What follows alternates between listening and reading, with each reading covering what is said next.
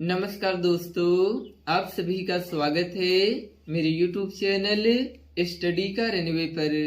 आज की इस वीडियो में हम आपको परिमेय संख्या तथा अपरिमेय संख्या किसे कहते हैं इसके बारे में समझेंगे। तो चलिए शुरू करते हैं वीडियो को और पहले परिमेय संख्या को समझ लेते हैं। देखिए, वह संख्याएं जिसे P बटा Q के रूप में लिखा जा सकता हो जहां P और Q पूर्णांक हो तथा Q is not equal to 0 हो, उसे हम परिमेय संख्या कहते हैं। चलिए समझते हैं। P बटा Q के रूप में कहने का मतलब है कि अंश बटा हर के रूप में हो। यहाँ P जो है अंश है और Q क्या है, हर है, यानी कि अंश बटा हर के रूप में होना चाहिए। और Q जो है Q is not equal to 0, Q जो है 0 के बराबर नहीं होना चाहिए। Q जो है 0 के बराबर नहीं होना चाहिए, उसे ही हम परिमेय संख्या कहते हैं। जैसे कि 5 बटा 6, 4 बटा 3,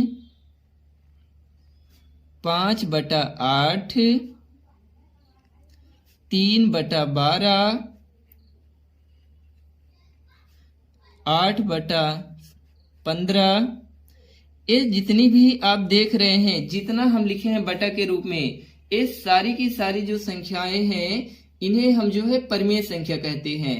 ये जो है जो आपकी डिफिनीशन है इसको पूरा फिलफिल कर रही हैं। देखो, ये अंश बटा हर के रूप में है, P बटा Q के रूप में भी है। देखो यहाँ 5 जो है P है, Q 6 है।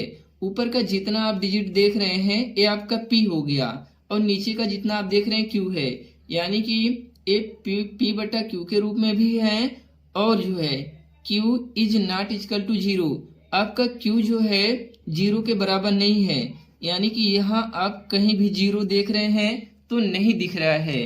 तो इसलिए ये सारी की सारी जितनी भी संख्याएं हैं ये परिमेय संख्याएं हैं। अब देखो, अगर यहाँ ऋणात्मक भी हो जाएगा -8 बटा 15, तब भी ये परिमेय संख्या होगी।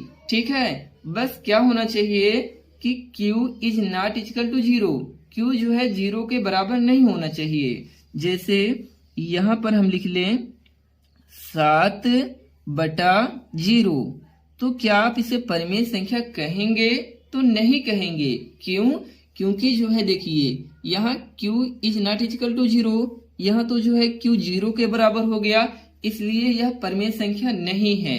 और इधर की जितनी भी सारी संख्याएं देख रहे हैं ये सारी की सारी संख्याएं परिमेय संख्या हैं। अब हम बात करते हैं दूसरी संख्या के बारे में, जैसे कि 1, 2, 3, 4, 5, 6, 7। ये क्या परिमेय संख्या है या फिर नहीं है?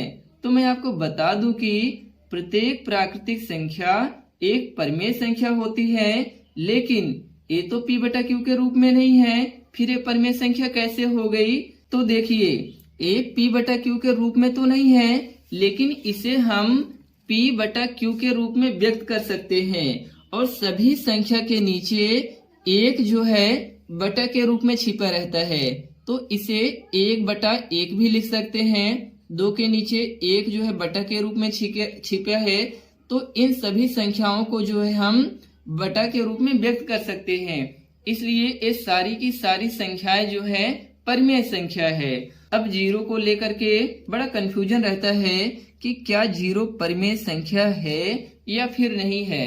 तो मैं आपको बता दूं कि 0 भी एक परिमेय संख्या है, क्योंकि देखो 0 के नीचे भी 1 बटा के रूप में छिपा है, इसलिए यह परिमेय संख्या है। और यह P बटा Q के रूप में भी है, यानी कि अंश बटा हर के रूप में है। बस क्या होना चाहिए कि Q is not equal to 0, Q जो है 0 नहीं होना चाहिए। तो यदि ऊपर 0 है बटा में 1 है तो यह परिमेय संख्या मानी जाएगी। तो उम्मीद करते हैं दोस्तों आपने परिमेय संख्या को बहुत अच्छे तरीके से समझ लिया। अब हम अपरिमेय संख्या को समझ लेते हैं।